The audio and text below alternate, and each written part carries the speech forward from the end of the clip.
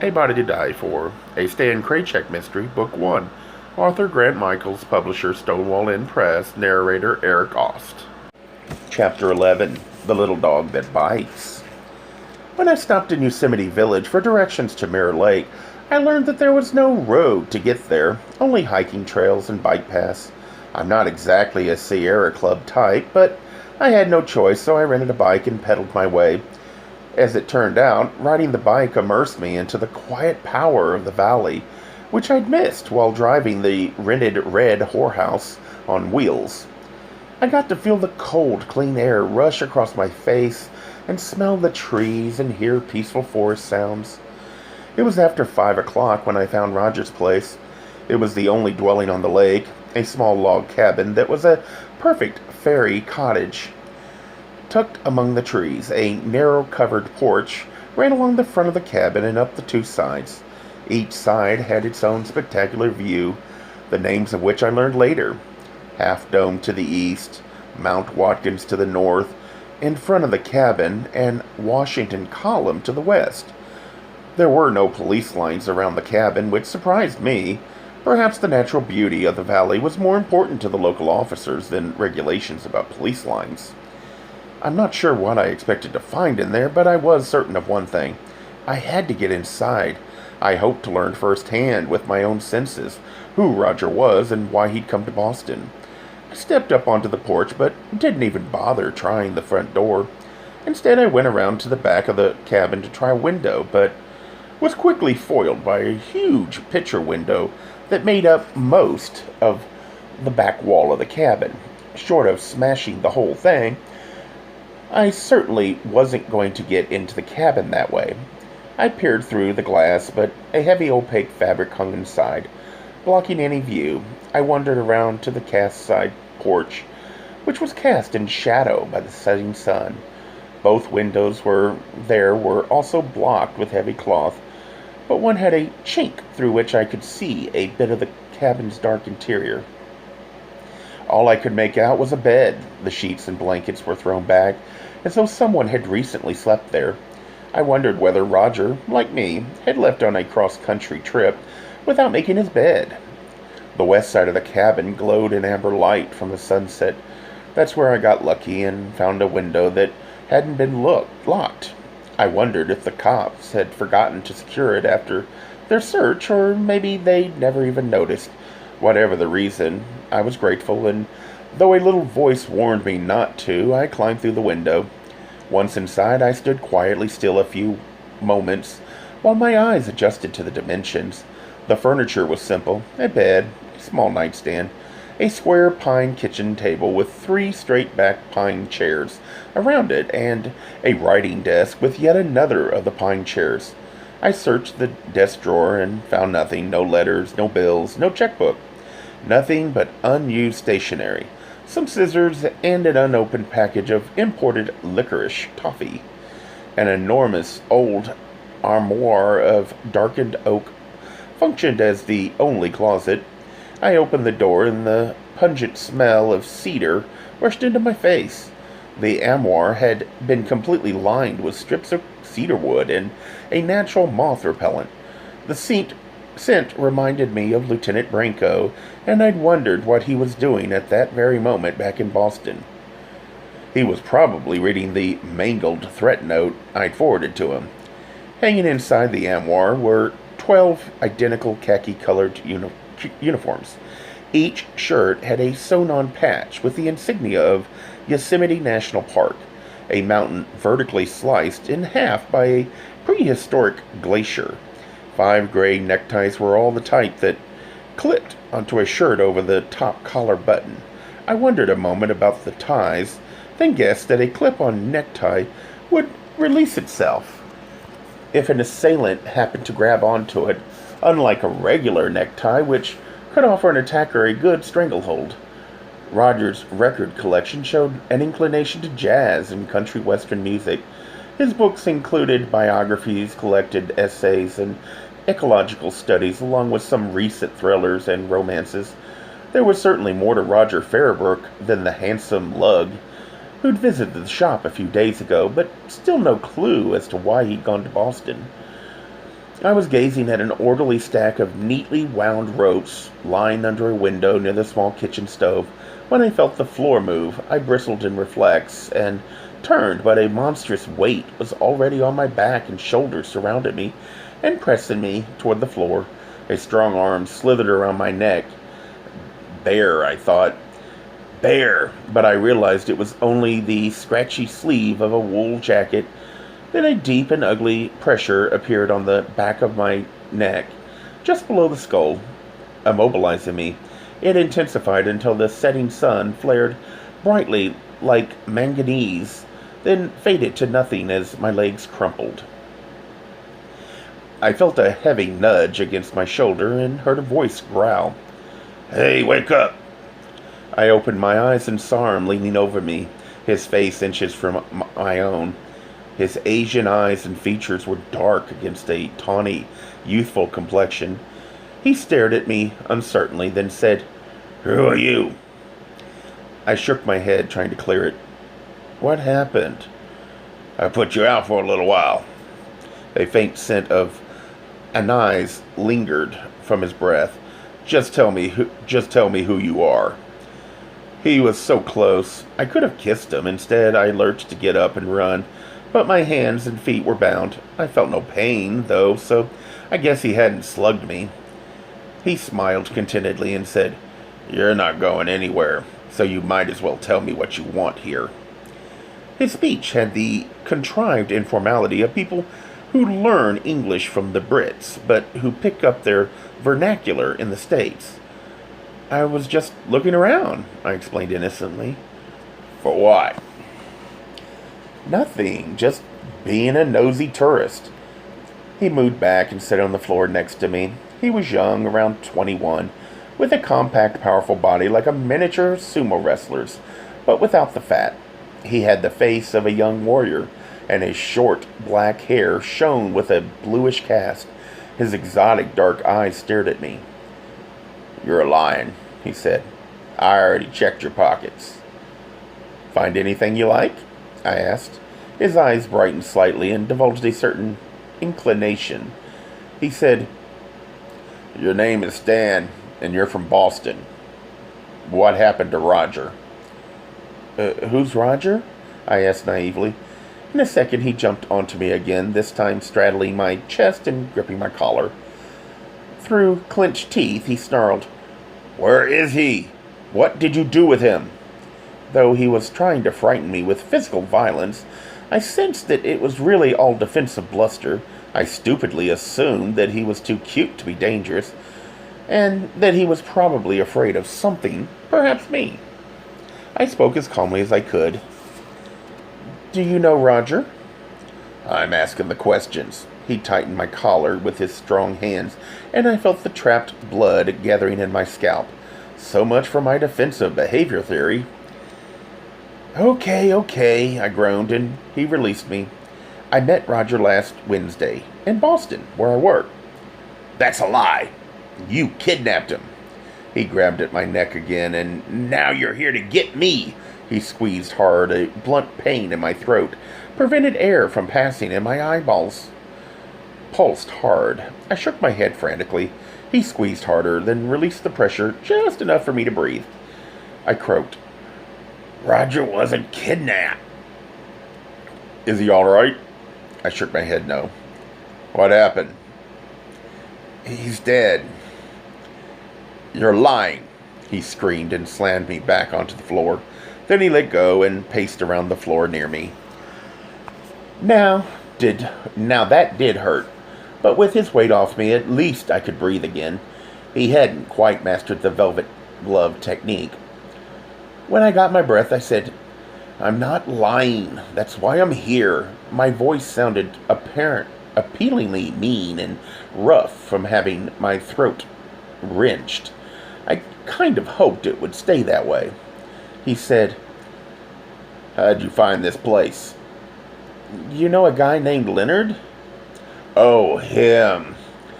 Mr. Leona," he said, and he swayed his hips and held his wrist limply in front of him.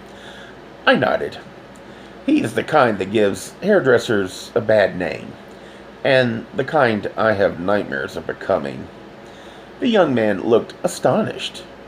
Are you a hairdresser? I nodded again. He said, You don't act like one, the way you broke in here. I'm one of the new breed, I wrinkled the ropes, clasping my hands and feet. Can you untie me now? Not until you tell me why you're here. I already told you. I want to find out why Roger went to Boston. Why? I think I know who killed him. I pulled myself up to a sitting position. Those few sit-ups every morning finally came in handy. And if I find out why Roger went to Boston, I can probably discover the killer's motive. Then I can nail him. It seemed I was giving the same tired explanation to everyone I met. He weighed my words. I want to believe you, but I don't dare. He appeared me as a smart puppy would, testing his senses to see whether I was trustworthy. After a few moments, his eyes became dark and glossy. He looked away, then spoke as if to himself. They all make it sound so dirty. Then he walked away from me. What are you talking about? I asked. He was at the window, looking out into the nearly extinguished sunlight. There's no secrets, not in this place. Yosemite's small, and everyone thinks the same here. They think Roger and I were lovers. Were you? We were friends, he answered quickly. We did it together a lot, but it didn't mean anything. I wondered how people could insert or accept each other's body parts and then casually say it didn't mean anything. He continued explaining as though reading my mind. We just did it, that's all, he shrugged. How long were you together? About a year. So why did Roger go to Boston? I don't know. You must know if you were lovers. We were friends. All right, friends then. He moved slowly toward the pile of ropes near the other window. He kicked up the ropes and said again, It all started after the slide. What slide? Over here, he said, looking out the window. He came back to me and helped me stand up. I'll show you. He led me hopping to the west side window. He pointed to a high cliff. That's Washington Column. See that patch of rock that's clean and new at the top? I peered carefully where his finger was aiming and nodded. He said, That's where the slide happened last month. Wow, I said as I realized how much of the granite column had fallen. Slides happen here all the time, but after this one, Roger went crazy. Maybe because his view was ruined. Or maybe it was something else, I said. The young man paused at my words. Maybe. Then he said, Roger was unusually calm, but after that he was tense all the time. He was always making phone calls and writing letters. We didn't have much sex either, and when he did it, it was fast and rough. I could tell he was mad about something, but he wouldn't talk about it. He said he didn't want me to get involved. And this all happened after the slide? He nodded. Then he went to Boston late Tuesday. The next thing, the Rangers were all over here. Then the state police from Sacramento came, and now you show up.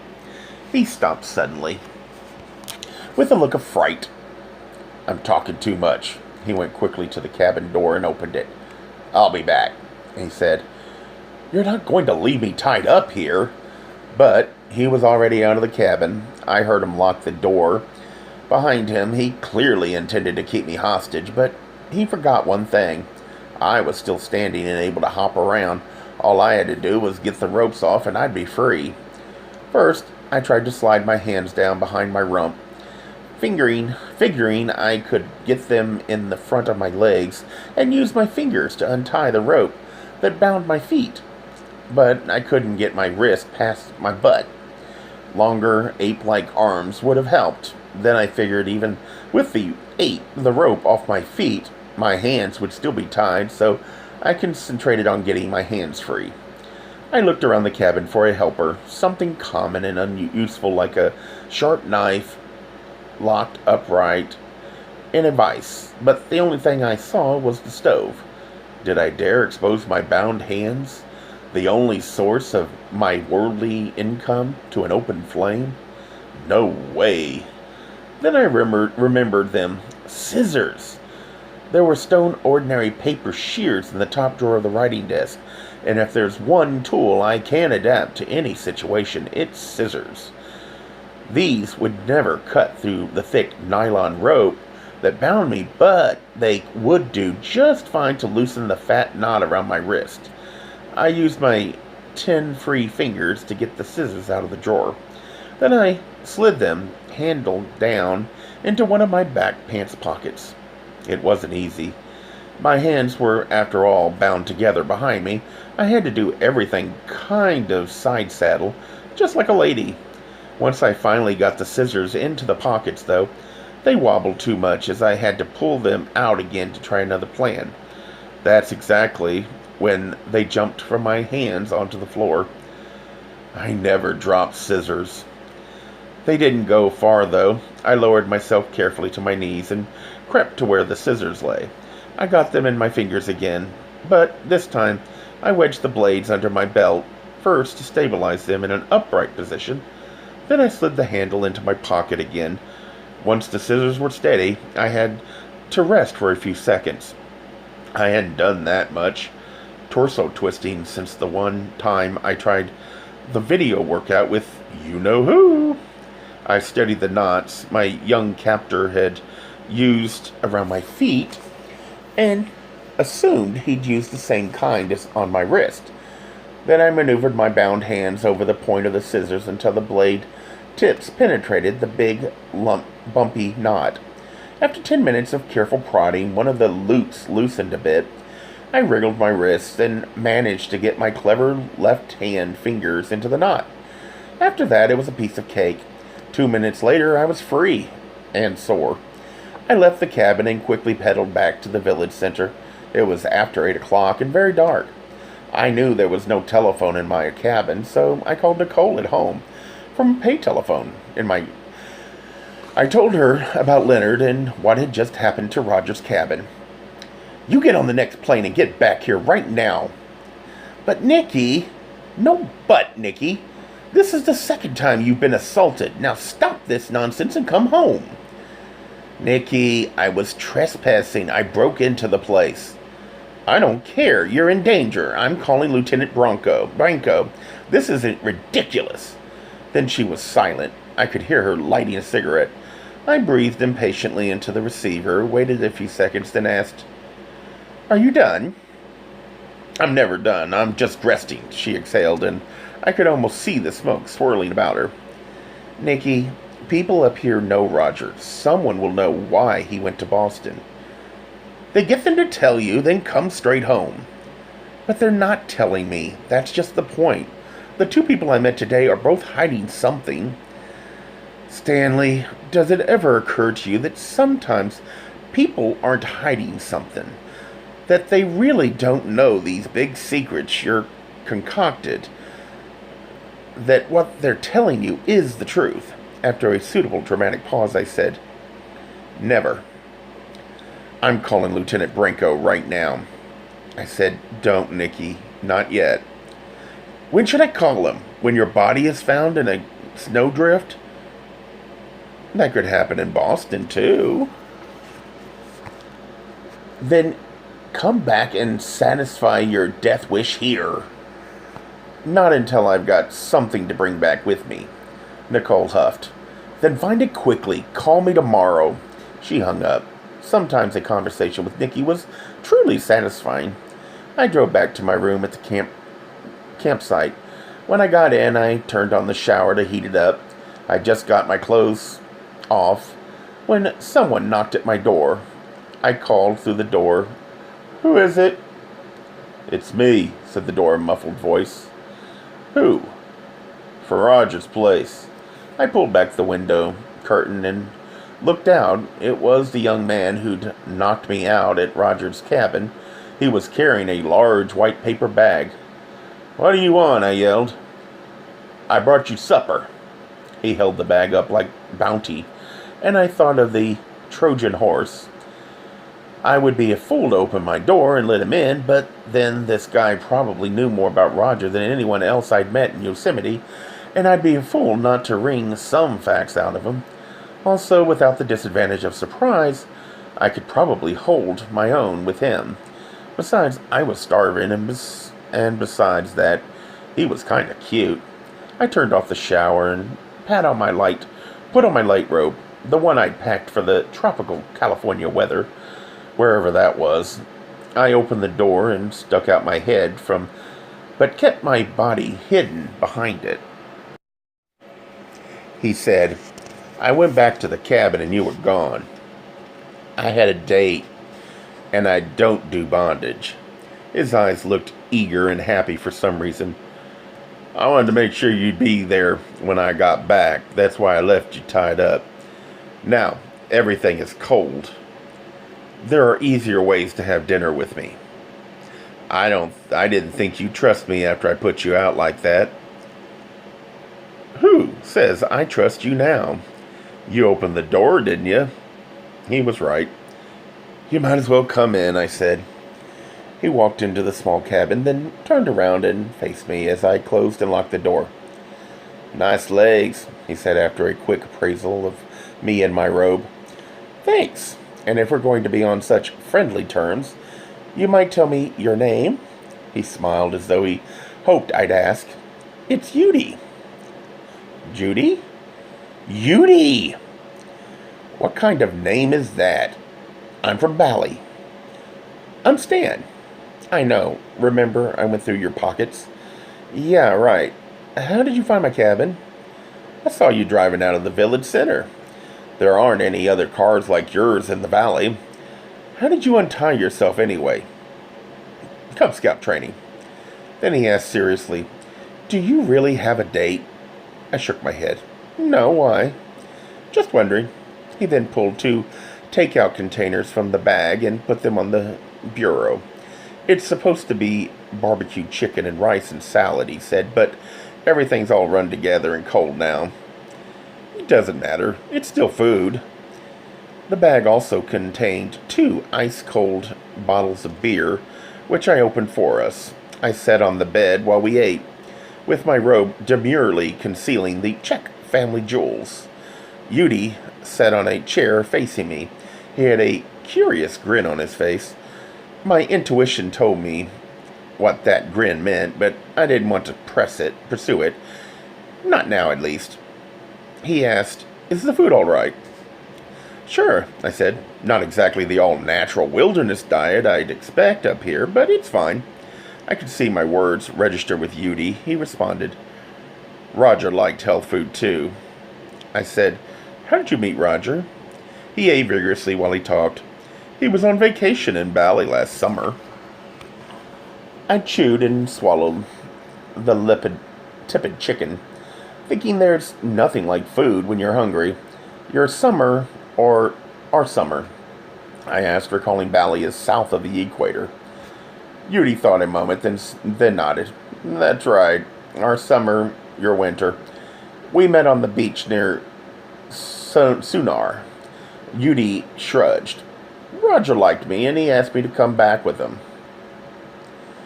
He thought I'd have a better life here, maybe go to school, so I said yes. I had nothing holding me there. My family's all gone anyway. I was tired of carving wooden fish and painting frogs on tourist sneakers, and Roger was my first American." Judy's eyes became glazed, and I sensed that he was remembering with fondness all the manliness sex he had enjoyed with Roger. I imagined his firm brown body lying on the warm beach sand, and I began to understand Roger's response to him. "Judy, where did Roger used to climb rocks in the valley?" "Usually he goes, went with Jack. Jack runs the climbing school." "That near here?" "Sort of, but don't go there." "Why not?" "Jack is crazy." We said no more, but watched each other eat until all the food was gone. Suddenly, Judy stood up. "I'd better go now." He leaned toward me and kissed me on the cheek. "What's that for?" I asked. "I think you're nice." His eyes were warm and inviting, and before when I was tying you up, I did find something I liked in your pockets." I sensed a rustle among the crown jewels. "Don't worry," I said, testing the sincerity of his sudden enthusiasm. "It doesn't mean anything." To my surprise, he looked disappointed, then quickly ran out. When I finished my shower, it was after 10 p.m. I lay down to rest and plan my next move. But instead, exhausted by travel and adventure, I fell asleep. Gay Mysteries audiobooks. I think it is easy to hate a label, but a face humanizes the word. So this effort is twofold: to offer comfort to those like myself that your world didn't end because you don't fit into the view of acceptable society on both sides, and in hopes of helping those with family that are LGBTQ, that it doesn't mean we are aliens from the child they once knew. Reassure them so they can maybe be supportive at the same time, being true to their values.